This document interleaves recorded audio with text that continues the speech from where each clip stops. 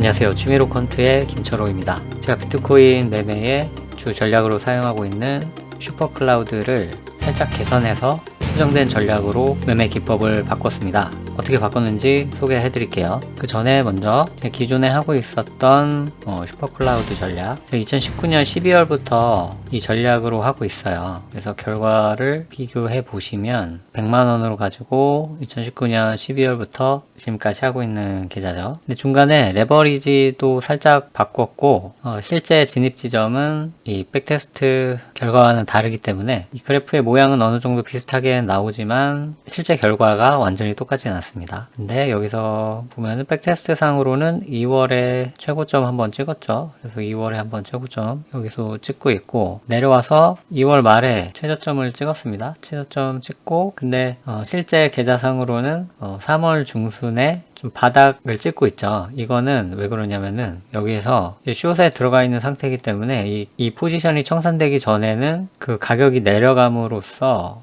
마이너스로 나오는 거죠. 실제로는 계좌는 이렇게 가고 있었어요. 여기서. 근데 미실현 손익이기 때문에 여기에서는 최저점으로 찍힌 걸로 나옵니다. 근데 여기에서 강력한 숏을 청산하고 롱으로 진입했기 때문에 거기서 이제 실현 손익이 다 발생함으로써 한 방에 올라간 것처럼 보이죠. 근데 실제로는 이 백테스트상 결과처럼 숏 치고 있는 동안에 이제 꾸준히 올라갔었습니다. 그래서 3월 중순에 또 최고점 찍었고요. 내려와서 뭐 4월 중순까지 좀 내려오다가 다시 5월 한 10일 정도에 고점 찍었죠. 그리고 나서 또 내려와서 지금 지지부진하고 있습니다. 그래서 백테스트 상으로는 한 42% 기록하고 있고요. 실제로는 뭐 34% 정도 기록하고 있습니다. 어찌됐든 이 전략대로 잘 가고 있는 것 같아요. 따라가고 있는 것 같긴 합니다. 이 슈퍼클라우드를 또 개선하기 위해서 저번에 소개해드렸던 장대봉 청산 전략도 생각해보고 여러가지 접목해볼 수 있는 지표들이나 전략이 있을까 생각해서 또 생각난 아이디어가 있어서 접목해봤습니다. 그래서 기본적인 이 슈퍼클라우드 지표를 보면은 때를 잘 만나서 그 장기 추세에 초입해서 이렇게 타게 되면은 수익을 아주 길게 먹을 수가 있죠. 근데 갑자기 이 구간에서는 숏이 강력하게 나와서 숏으로 진입한 거죠. 근데 강력하게 한번 진입했다가 다시 스물스물 움직이더니 다시 상승을 했습니다. 그래서 이 구간에서는 손실이 크게 발생하죠. 그래서 이렇게 그냥 간만 보고 다시 반대로 가는 이런 구간을 조금 없앨 수 있으면은 여기에서 손실도 줄일 수 있고, 또 여기에서 이어진 롱 추세도 끌고 갈 수 있으니까 좋지 않을까? 그런 생각이 들었던 거죠. 자, 그러면은 만약에 이 구간에서 이 처음에 롱을 끌고 갔을 때 이 숏이 나오는데, 우리가 미래의 시점에서 보면은 이 숏은 들어가면 안 되는 숏이잖아요. 그래서 얘를 어떻게 이 5월 10일 이 시점에서 들어가면 안 되는 숏이라는 것을 판단할 수 있을까? 그 기준은 여러 가지가 있을 텐데, 저는 어떤 기준으로 봤냐면은 이 직전에 들어간 롱의 가격을 깨지 않는다면은 어차피 지금은 수익 중이니까 이 롱을 어느 정도 손실을 감수하고 가져가 볼 수 있다라고 생각을 했어요. 숏에 진입하지 않고, 왜냐면 아직 수익 중이니까 좀 내려오더라도 버틸 수 있는 거죠. 언제까지 버틸 수 있느냐? 자, 본전까지 내려와도 버틸 수가 있는 거죠. 나한테 손해가 아니니까요.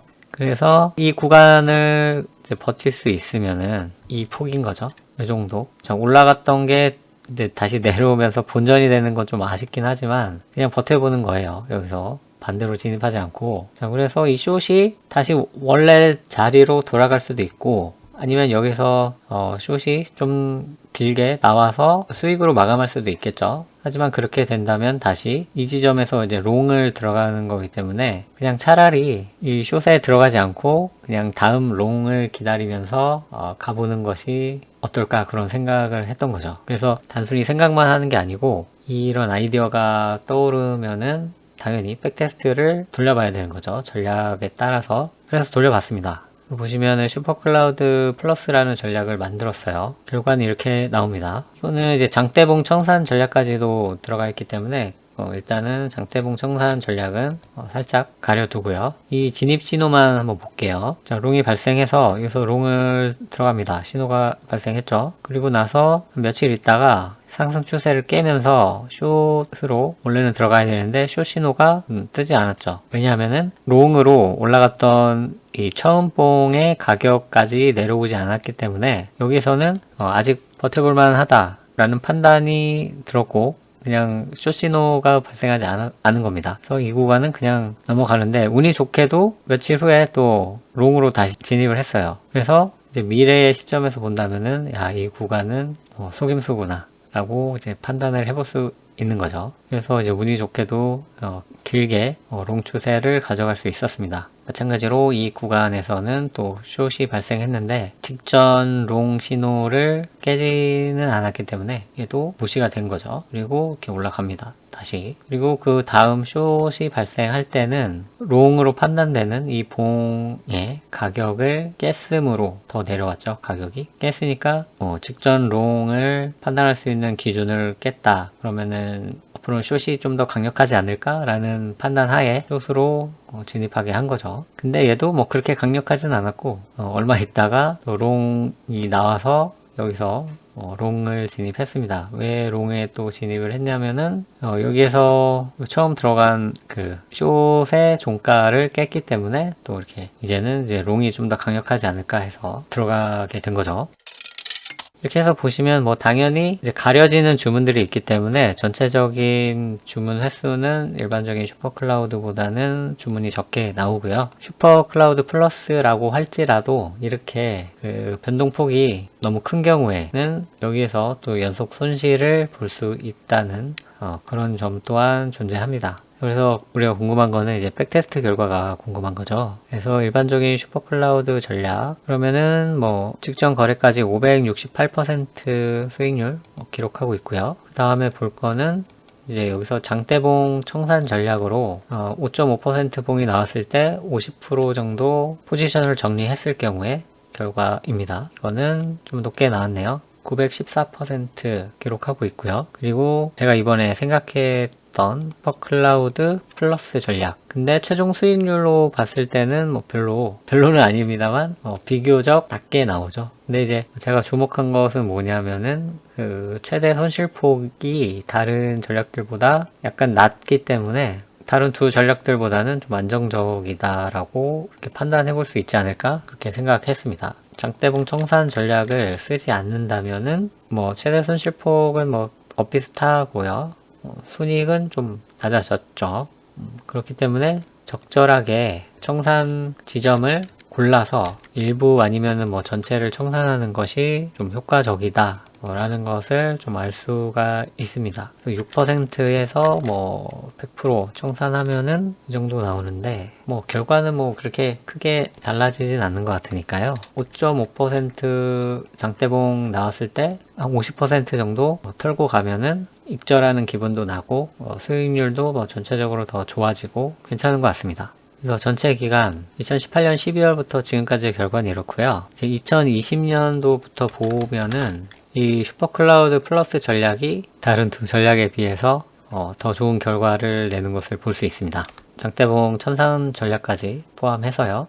장대봉 청산 전략을 하지 않더라도 더 좋은 모습을 보여주고 있죠. 이 슈퍼클라우드 플러스 전략이 더 좋은 성과를 냈다라는 건 뭐냐면은 이 테스트 기간 동안에 이런 속임수 구간이 많이 나왔다. 근데 이 슈퍼클라우드 플러스가 속임수 구간을 어느 정도 가려냈기 때문에 큰 수익률을 기록하지 않았을까 그렇게 생각해 볼 수 있을 것 같아요. 근데 앞으로의 장세가 뭐 속임수 구간이 더 많이 나올지 아니면 뭐 정상적인 구간이 더 많이 나올지는 모르니까요. 플러스 전략을 쓰든지 아니면 뭐 그냥 일반 전략을 쓰든지는 여러분들의 판단에 달려 있는 거죠. 그래서 저는 앞으로 이 슈퍼클라우드 플러스 전략을 사용할 예정입니다. 그래서 얼러트도 지금 다 바꿔놨어요. 슈퍼클라우드 플러스로 다 바꿔놨고요. 근데 문제는 이 중간 청산할 때 이 중간 청산 신호들이 나오거든요. 보시면은 이렇게 보라색으로 나옵니다. 이 신호들에서 청산을 하는 건데 중간 청산을 하는 거죠. 100% 털고 간다고 하면은 자 이런 경우에서는 거의 초반에 다 털고 가기 때문에 이렇게 큰 추세가 나오면은 배가 아플 수가 있습니다. 그래서 이런 구간을 좀 방지하기 위해서 한 절반 정도 털고 가신다고 하면은 뭐 가장 무난할 것 같아요. 아니면 그냥 100%다 털고 가셔도 상관은 없을 것 같고요. 그것은 모든 건 뭐 여러분들의 결정하기 나름입니다. 아무튼 이렇게 중간 청산 신호가 나오는데 그 TVX봇에서는 내 포지션 비율로 50%를 매번 털고 가는 것이 불가능합니다. 그런 기능이 없기 때문에 반대 신호를 주더라도 그 포지션 비율을 설정할 수가 없는 걸로 저는 봤어요. 그래서 이 청산하는 거는 좀 수동으로 해야 되지 않을까 싶습니다.